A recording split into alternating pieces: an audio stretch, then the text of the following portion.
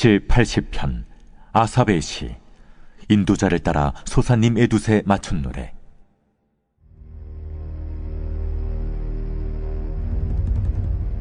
요셉을 양떼같이 인도하시는 이스라엘의 목자여, 귀를 기울이소서. 그룹 사이에 좌정하신 이여, 빛을 비추소서. 에브라임과 베냐민과 므낫세 앞에서 주의 능력을 나타내사 우리를 구원하러 오소서. 하나님이여, 우리를 돌이키시고 주의 얼굴빛을 비추사 우리가 구원을 얻게 하소서. 만군의 하나님 여호와여, 주의 백성의 기도에 대하여 어느 때까지 노하시리이까? 주께서 그들에게 눈물의 양식을 먹이시며 많은 눈물을 마시게 하셨나이다. 우리 이웃에게 다툼거리가 되게 하시니 우리 원수들이 서로 비웃나이다. 만군의 하나님이여, 우리를 회복하여 주시고 주의 얼굴의 광채를 비추사 우리가 구원을 얻게 하소서. 주께서 한 포도나무를 애굽에서 가져다가 민족들을 쫓아내시고 그것을 심으셨나이다. 주께서 그 앞서 가꾸셨으므로 그 뿌리가 깊이 박혀서 땅에 가득하며 그 그늘이 산들을 가리고 그 가지는 하나님의 백향목 같으며 그 가지가 바닥까지 뻗고 넝쿨이 강까지 미쳤거늘 주께서 어찌하여 그 담을 허시사 길을 지나가는 모든 이들이 그것을 따게 하셨나이까? 숲속의 멧돼지들이 상해하며 들짐승들이 먹나이다. 만군의 하나님이여, 구하옵나니 돌아오소서. 하늘에서 굽어보시고 이 포도나무를 돌보소서. 주의 오른손으로 심으신 줄기여, 주를 위하여 힘있게 하신 가지니이다. 그것이 불타고 배임을 당하며 주의 면책으로 말미암아 멸망하오니 주의 오른쪽에 있는 자, 곧 주를 위하여 힘있게 하신 인자에게 주의 손을 얹으소서. 그리하시면 우리가 주에게서 물러가지 아니하오리니 우리를 소생하게 하소서. 우리가 주의 이름을 부르리이다. 만군의 하나님 여호와여, 우리를 돌이켜 주시고 주의 얼굴의 광채를 우리에게 비추소서. 우리가 구원을 얻으리이다.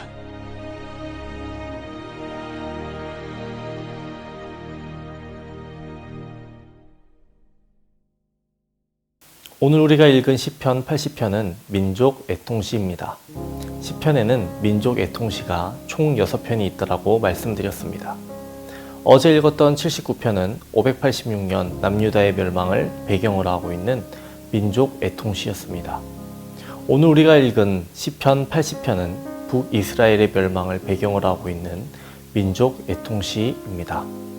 솔로몬 왕 이후 이스라엘은 두 개의 국가로 나뉘었습니다. 남유다와 북이스라엘이죠.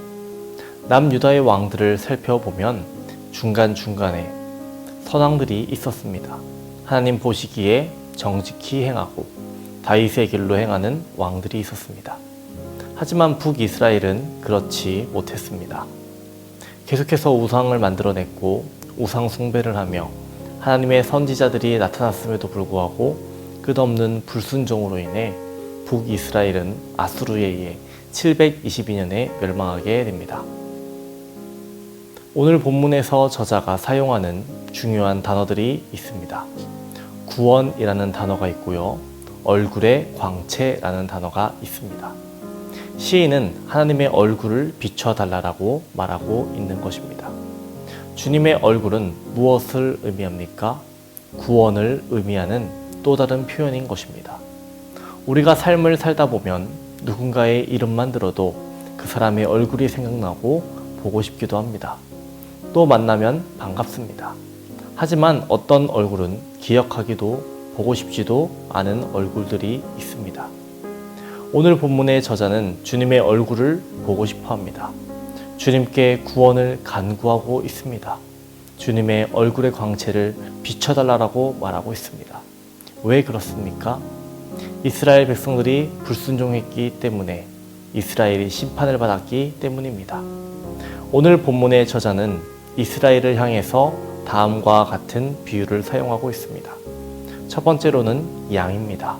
그리고 하나님을 목자로 비유하고 있죠. 양은 어떤 특성이 있습니까? 양은 방향 감각이 없는 동물입니다. 자기들끼리 놔두면 길을 찾지 못하고 이리저리 방황합니다. 모든 동물들이 자기 집을 쉽게 찾아가지만 양은 그렇지 못합니다. 양은 한마디로 방황하는 존재입니다. 또 양은 어떤 존재입니까? 무력한 존재입니다. 대부분의 동물들에게는 어느 정도 자기를 지켜낼 수 있는 보호책이 있습니다. 어떤 동물은 보호색으로, 어떤 동물은 민첩함으로, 또 어떤 동물들은 공격할 수 있는 뿔이나 치명상을 줄 수 있는 독을 가지고 있습니다. 그런데 양은 아무것도 가지지 못한 무력한 존재입니다. 또 양은 더러움에 쉽게 오염되는 존재입니다. 양은 흰털을 갖고 있어서 깨끗해 보이지만 사실 그러한 흰털은 더러움에 오염되기 쉽습니다. 양은 뿐만 아니라 스스로 그 오염을 제거할 능력도 없습니다. 바로 이러한 이유로 양에게는 목자가 절대적으로 필요한 것입니다. 그런데 이러한 양과 같은 이스라엘 백성들이 하나님을 배신하고 말았습니다. 그리고 오늘 본문에서 목자이신 하나님께 주의 얼굴빛을 달라라고 말할 정도의 상황에 놓인 것입니다. 시인은 또 어떤 표현을 사용하고 있을까요? 포도나무를 사용하고 있습니다. 나무가 열매를 맺으려면 물을 주는 사람이 있어야 합니다. 햇빛을 비춰줘야 합니다. 하나님께서 이스라엘을 이렇게 돌봐주시고 키워주셨는데 이스라엘이 하나님을 배반했습니다. 시인은 이제 이렇게 표현하고 있습니다. 12절과 13절 말씀을 읽겠습니다. 주께서 어찌하여 그 담을 허시사 길을 지나가는 모든 이들이 그것을 따게 하셨나이까. 숲속의 멧돼지들이 상해하며 들짐승들이 먹나이다. 지금 이스라엘의 처지를 말하고 있는 것입니다.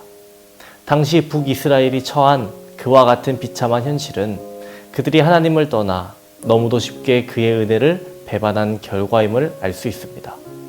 하나님이 이스라엘 백성에게 베푸신 은혜를 그들은 기억하지 못했고 그들은 하나님을 배신하고 오직 자기 자신들만 위해서 살았습니다. 하나님께 드려야 할 찬양을 우상에게 바쳤습니다. 그것이 하나님의 진노를 불러 파멸을 가져오게 한 것입니다. 이스라엘의 파멸은 그들에게 외적인 힘이 없었기에 발생한 것이 아닙니다.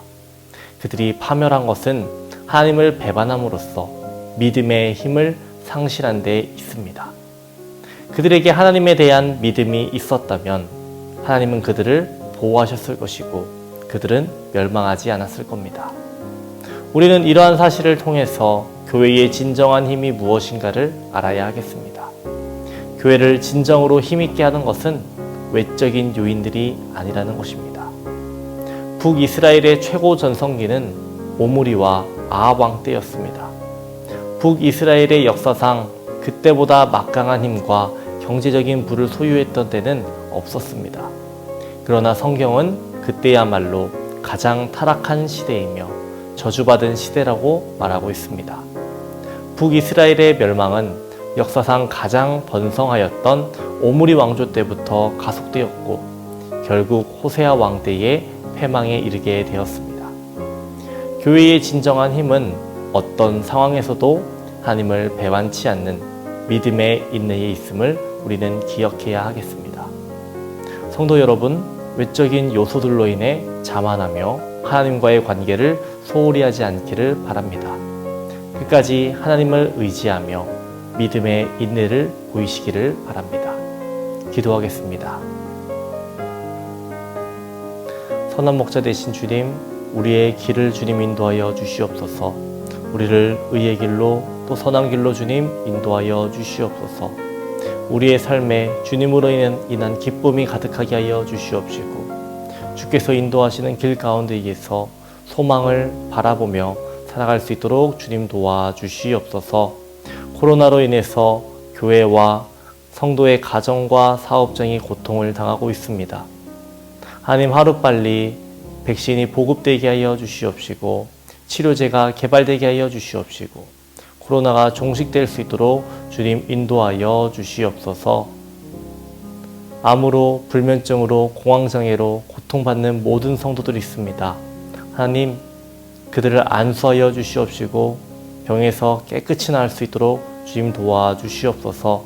특별히 항암 치료받는 성도들 주님 붙잡아 주시옵시고 치료가 끝날 때까지 용기를 잃지 않게 하여 주시옵시고 힘과 능력을 더하여 주시옵소서. 오늘 하루도 감사하는 하루가 되길 원합니다. 하나님께 영광 돌린 하루 되게 도와주시옵소서. 감사드리며 예수님 이름으로 기도합니다. 아멘.